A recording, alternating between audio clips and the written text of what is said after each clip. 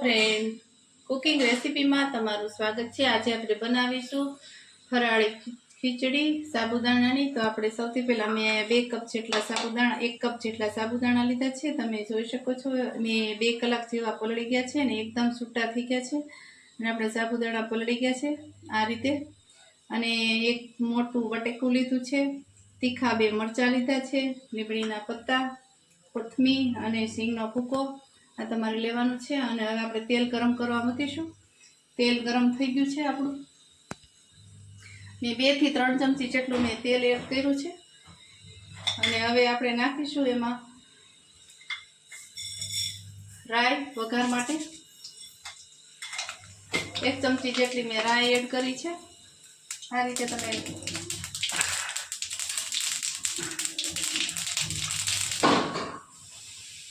આપણે હિંગ નાખી છે, હિંગ થઈ ગઈ છે એટલે આપણે મરચાં એડ કરીશું આ રીતે।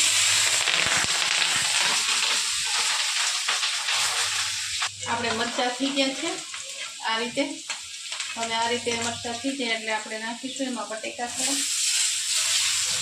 આ રીતે થોડીક વાર થવા દેવાના છે બટેકા, 7 થી 5 મિનિટ જેવા।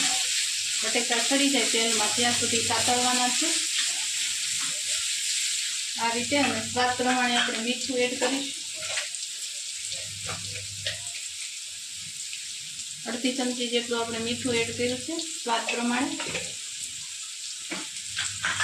અને થોડી વાર સુધી 2 થી 3 મિનિટ સુધી આવી રીતે હલાવતા રહેવાનું છે। નકર આપણા બટેકા છે એ ચોટી ન જાય અને બળી ન જાય તેનું ખાસ ધ્યાન રાખવાનું છે। હવે થોડી વાર સુધી 3 મિનિટ સુધી રેસ્ટ થવા દઈશું।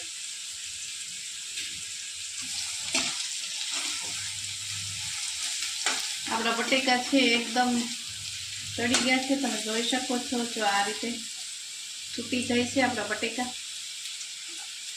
આપણા એકદમ સતળાઈ ગયા છે। હવે આપણે એમાં એડ કરીશું સિંગનો ભૂકો અને 1/2 ચમચી જેટલી આપણે હળદર એડ કરીશું આ રીતે।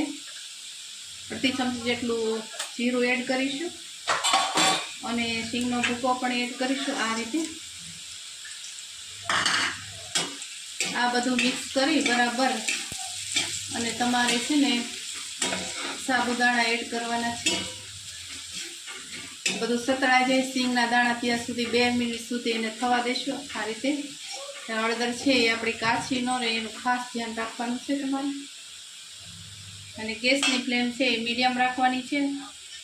હવે આપણે એડ કરીશું સાબુદાણા। સાબુદાણા છે આપણા એકદમ છૂટા થઈ ગયા છે, તમે જોઈ શકો છો। ફરાળી ખીચડી એકદમ દાણાવાળી છે અને ચોટે ખુલ્લા એકદમ દાણા છે, ચીકણા પણ નથી। અને શ્રાવણ મહિનો હોય કે 11 હોય ત્યારે ઉપવાસમાં તમે આ ફરાળ કરી શકો છો। તો આપણી ખીચડી એકદમ રેડી થઈ ગઈ છે।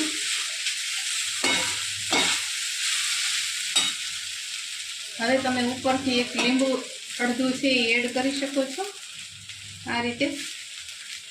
તો તમારે ખાટી મીઠી લાગે છે ખીચડી એકદમ ટેસ્ટી અને જરૂરથી બનાવજો આ ખીચડી। આપણી ખીચડી છે એ રેડી થઈ ગઈ છે। હવે ઉપરથી ધાણા એડ કરીશું આ રીતે। આપણી ખીચડી જો બહુ કમ્પ્લીટ બની ગઈ છે। હલો, હા, આપણી ખીચડી છે એકદમ રેડી થઈ ગઈ છે, તમે જોઈ શકો છો।